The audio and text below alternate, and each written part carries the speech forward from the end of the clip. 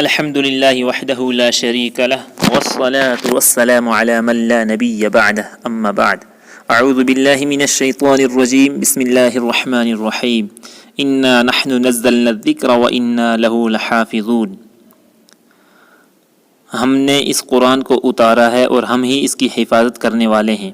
وَلَقَدْ يَسَّرْنَا الْقُرْآنَ لِلذِّكْرِ فَهَلْ مِن مُدَّكِرٍ، تحقیق کہ ہم نے قرآن کو آسان کر دیا یاد کرنے کے لیے، ہے کوئی یاد کرنے والا؟ تحقیق کہ ہم نے قرآن کو آسان کر دیا نصیحت حاصل کرنے کے لیے، ہے کوئی نصیحت حاصل کرنے والا؟ وقال النبی صلی اللہ علیہ وسلم خیرکم من تعلم القرآن وعلمہ، آپ صلی اللہ علیہ وسلم نے ارشاد فرمایا تم میں سب سے بہترین آدمی وہ ہے جو قرآن کو سیکھے اور سکھائے۔ ہم پر قرآن کریم اثر کیوں نہیں کرتا؟ ہم قرآن کریم سنیں تو پھر سمجھیں گے کہ قاری صاحب کیا کہہ رہے ہیں۔ ہم پر قرآن اثر کیوں نہیں کرتا؟ ہم اس کی تلاوت کو روٹین کی تلاوت سمجھ جاتے ہیں اور نہ سمجھ کر پڑھتے ہیں، نہ سمجھ کر سنتے ہیں۔ اچھی تلاوت خدا کی نعمت ہے، اچھی آواز خدا کی نعمت ہے، میں اس کا انکار نہیں کر رہا ہوں، ذہن میں رکھ لو، لیکن ہونا یہ چاہیے کہ کس کی تلاوت سے عمل کا جذبہ پیدا ہوتا ہے۔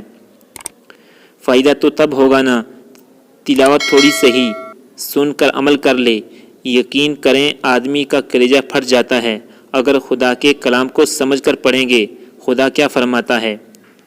ہمارا مسئلہ یہ ہے کہ ہم قرآن کریم کو سر کی نظر میں پھیر دیتے ہیں، سر پر سبحان اللہ کہہ دیتے ہیں، اس کی سنچائی دیکھتے رہتے ہیں، اتار چڑھاؤ دیکھتے رہتے ہیں، فن دیکھتے رہتے ہیں۔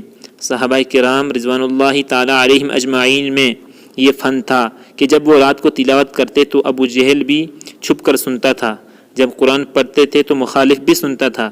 یہ بات ہمیشہ یاد رکھنا۔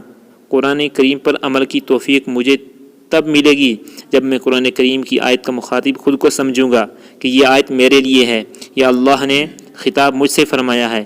اس احساس کے ساتھ تلاوت ہوگی تب جا کر عمل کی توفیق بھی نصیب ہوگی۔ اللہ ہم سب کو قرآن کریم کو سمجھ کر پڑھنے کی توفیق عطا فرمائے۔ وآخر دعوانا الحمد للہ رب العالمین۔